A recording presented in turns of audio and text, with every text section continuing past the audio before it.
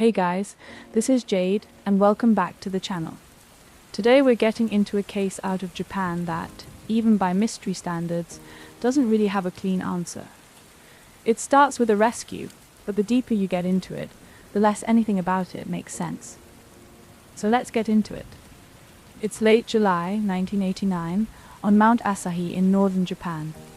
A helicopter cuts through low cloud cover, searching for two hikers from Tokyo who went missing the day before.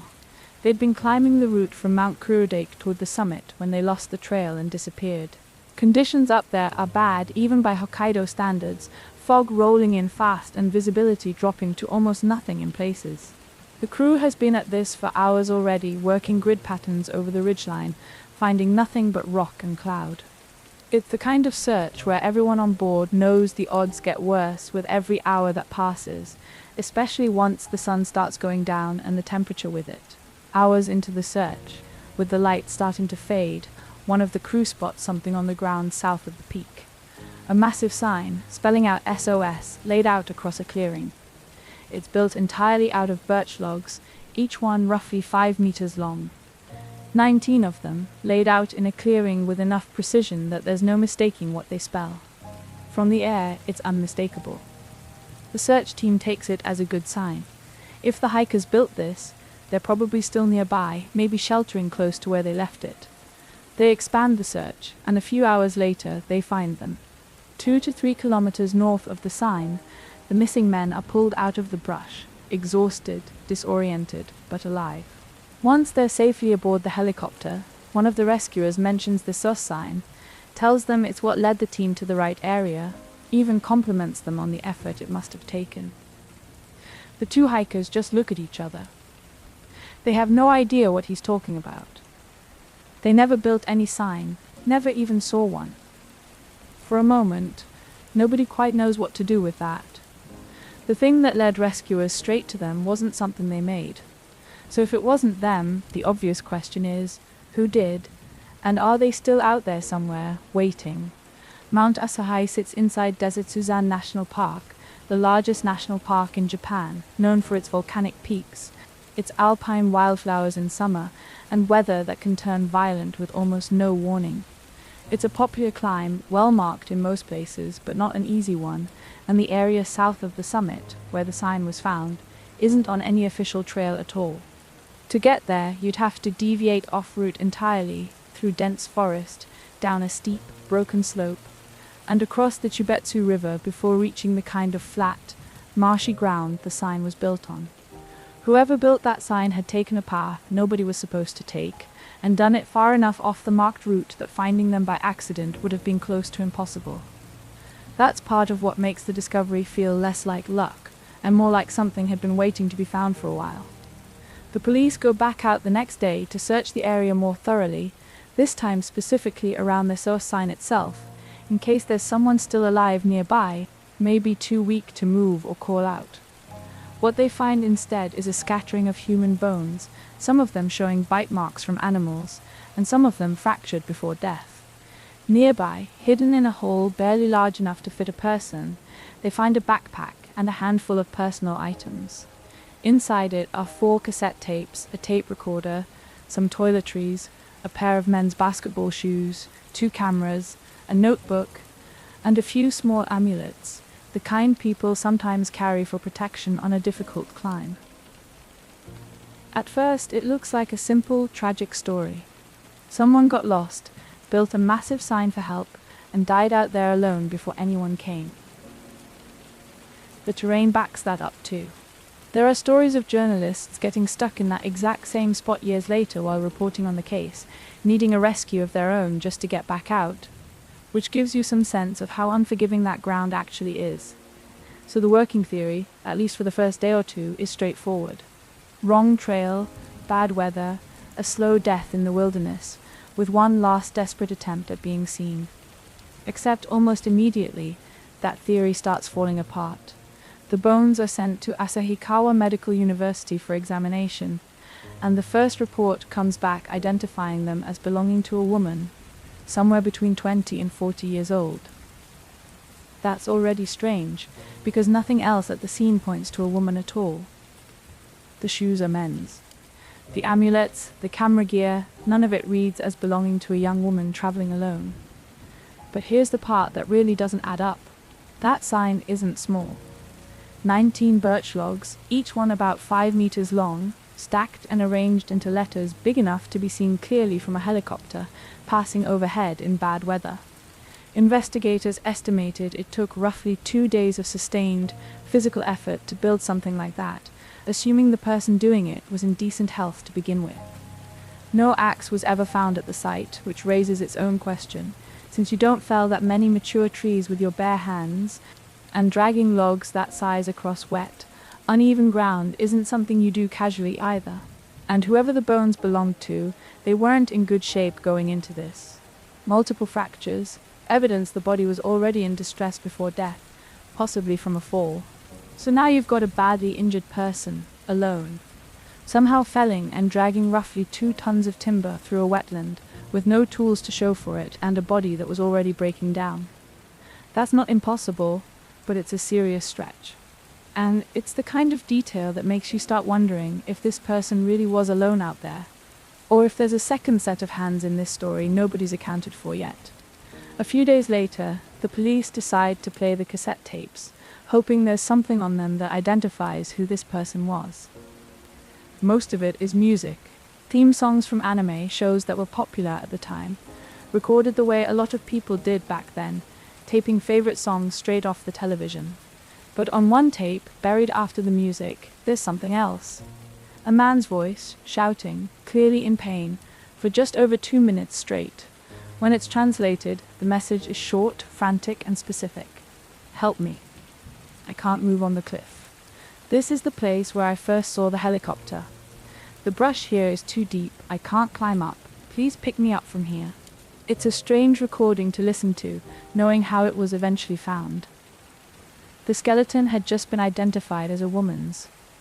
The voice on the tape is unmistakably a man's. So now there's a second person tangled up in this story, and nobody can explain how he connects to the bones found at the very same site. What's strange, beyond the obvious mismatch, is what he doesn't say. He never mentions anyone else with him, never says we or us, never asks the rescuers to look for someone else nearby. If 2 people were stranded together in that same patch of forest, you'd expect at least some acknowledgement of it. Instead, he sounds completely alone out there, like he has no idea a woman might be stranded in that exact same stretch of wilderness. It's almost like 2 separate disasters happened in the same small patch of mountain, years apart maybe, without either person ever knowing about the other. Around this time, a Japanese reporter named Koyo Abaratani decides to visit the site himself, hoping to find something the original search missed, the way reporters covering a strange case sometimes do. It's not an easy trip, even for someone who knows what they're looking for. The same terrain that's already swallowed at least 1 person and nearly trapped a news crew that came through afterward. Digging near some exposed tree roots, not far from the SOS sign, he finds something the police search had overlooked entirely. A second hiding spot, this one with 2 cameras, a notebook, and a driver's license. The license belongs to a man named Kenji Iwamura, 25 years old, an office worker from Aichi Prefecture, more than 800 kilometers south of where they're standing. For the investigation, this feels like the breakthrough they'd been waiting for. A name, finally, after weeks of bones and tape recordings and no clear way to connect any of it to a real person. Kenji Iwamura had gone missing back in 1984, 5 full years before any of this. He told people he was heading out to hike Mount Asahi, set off from a small lodge at the base of the mountain, and was never seen again. When he didn't show up for work the following week, his parents grew worried enough to report him missing and asked police to search for him. At the time, they found nothing. No trace of him for half a decade, no leads, nothing to go on, and now, suddenly, his ID turns up at the exact site of an unexplained death and an impossible sign. Investigators are confident they found their man, and they push forward with the theory that Iwamura built the sign and died there alone, 5 years after he first vanished. An acquaintance of his comes forward around this time too, telling police that Iwamura used to carry around a tape of his favorite anime theme songs, exactly the kind of recording found in that backpack, and that he wore the same size basketball shoes as the pair pulled from the hiding spot. On paper, it lines up almost too well. The shoe size, the music taste, the ID with his name on it, all pointing the same direction. There's just one problem. When they bring his parents in and play them the recording, hoping for confirmation, hoping to finally close this out cleanly, his parents say they don't recognize the voice at all. They don't think it's their son, and they're not shy about saying so. It's a strange moment for the case, and you'd think it would slow things down. A family identifying a missing person's belongings and his ID, but not his voice, screaming in pain, 2 minutes long, more than enough time to know. You'd expect that mismatch to reopen the question of who else might have been involved, maybe even push investigators to widen the search again. Instead, the police more or less move on from it. There's no sign of foul play anywhere at the scene, nothing to suggest a crime. So the case gets closed within about 11 days of that discovery, with Iwamura listed as the presumed victim, even with the mismatch on the tape, and even with the bones still officially logged as female at that point. For a while, that's where it sits. A name attached to a death nobody can fully explain, filed away as solved enough to stop actively investigating, even if it never quite adds up on paper. But it doesn't sit quietly for long. Once the story gets picked up by newspapers, the contradictions become the whole point of public fascination. The bones identified as a woman's, a missing man's ID found nearby, a male voice on tape that his own parents can't place. For weeks, there's genuine confusion in the coverage over whether there were two missing men, one missing man, and one missing woman, or some combination nobody had pieced together yet, because nothing about the evidence pointed cleanly in one direction. There was no record of any missing woman connected to Asahi at all, and by every account, Iwamura had gone up that mountain by himself. So the woman, if she ever existed, simply didn't fit anywhere in the official story, and there was nowhere for that loose thread to go except into the growing pile of things about this case that nobody could explain. Then, in February of 1990, almost a year later, the bones get re-examined. The conclusion changes completely. They aren't a woman's after all. They're a man's, blood type A, an examination that simply hadn't been done thoroughly enough the first time around. So now the one detail that made this whole case look like it involved two separate people is gone, replaced with a finding that lines up, at least on paper, with Iwamura. But it raises just as many questions as it answers. Why was the original identification wrong in the first place? A full year of an entire investigation built partly on a mistake. Whose voice is actually on that tape, if not his, given that the people who'd know him best couldn't recognize it? And how does one severely injured man manage to build a sign that, by the investigator's own estimate, takes 2 full days of steady labor for someone in good health, with bones already fractured and no axe anywhere in sight? There's a detail about the terrain up there that might explain how people kept ending up in the same spot, year after year, decade after decade. Near the summit ridge, there's a large boulder that climbers use to navigate, nicknamed Safe Rock, because it looks roughly like a giant squared-off vault. When you reach it, you're supposed to take a specific turn to stay on the route to the peak. The problem is, there's a second rock nearby, almost identical in shape, that locals call Fake Safe Rock. If you mistake one for the other and follow it instead, it leads you off the mountain entirely, down into the same dangerous terrain south of the summit, the same dense, sideways growing sassafras that's nearly impossible to climb back up through once you're below it. It's been marked since with rope to warn people away from it, but for years hikers kept making that exact mistake, drawn toward what looks, at a glance, like the correct landmark.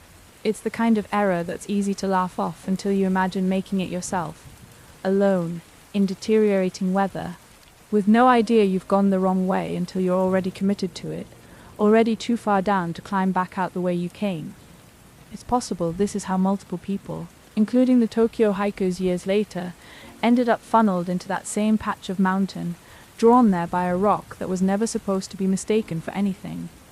So let's say for a moment that this is exactly what happened to Kenji Iwamura, and that he was alone the entire time, no second person involved at all. He sets out from a lodge at the base of the mountain on what was meant to be a short trip, against the advice of the lodge owner, who'd warned him a storm was coming in that night and tried to talk him out of going. He climbs up toward the ridge anyway, reaches safe rock, or what he thinks is safe rock, and takes the turn that sends him south instead of toward the summit. By the time he realizes something's wrong, the fog has rolled in thick and the storm has already started, visibility dropping fast. He keeps moving, mostly downhill, because in that moment it's the only direction that makes any sense, the only thing that feels like progress. At some point he falls, breaking bones, the kind of fall that would leave someone in serious pain and limited in how far they could move afterward. In that condition, he pulls out a tape recorder to leave a message in case anyone finds him, then plays it back on a loop, so he doesn't have to keep yelling and risk losing his voice entirely. He keeps going anyway, limping, crosses the river despite the injuries, and eventually ends up in the wetland where his remains and the sign are later found. On its own, that's a coherent story, the kind that holds together if you don't look too closely. It explains the recording, it explains the location, it almost explains the injuries. What it doesn't explain is the sign. If he's already badly hurt by the time he reaches that wetland, multiple fractures, exhausted, alone, there's no version of this where he's also felling birch trees and dragging them into place for 2 straight days with no axe in that condition. It just doesn't line up, no matter how generously you read the timeline, which leaves you with a different possibility. That he wasn't alone after all. That maybe he ran into someone else on the mountain that day, another hiker who also got pulled off course at that same fake landmark. The kind of coincidence that's less strange than it sounds once you understand how often people made that exact wrong turn.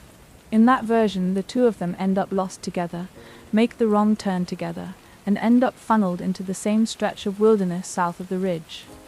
One of them gets badly injured, maybe in a fall, and records that message while the other one keeps pushing forward, maybe trying to find a way out, maybe trying to build something visible enough to get noticed from the air, something big enough that a helicopter couldn't miss it.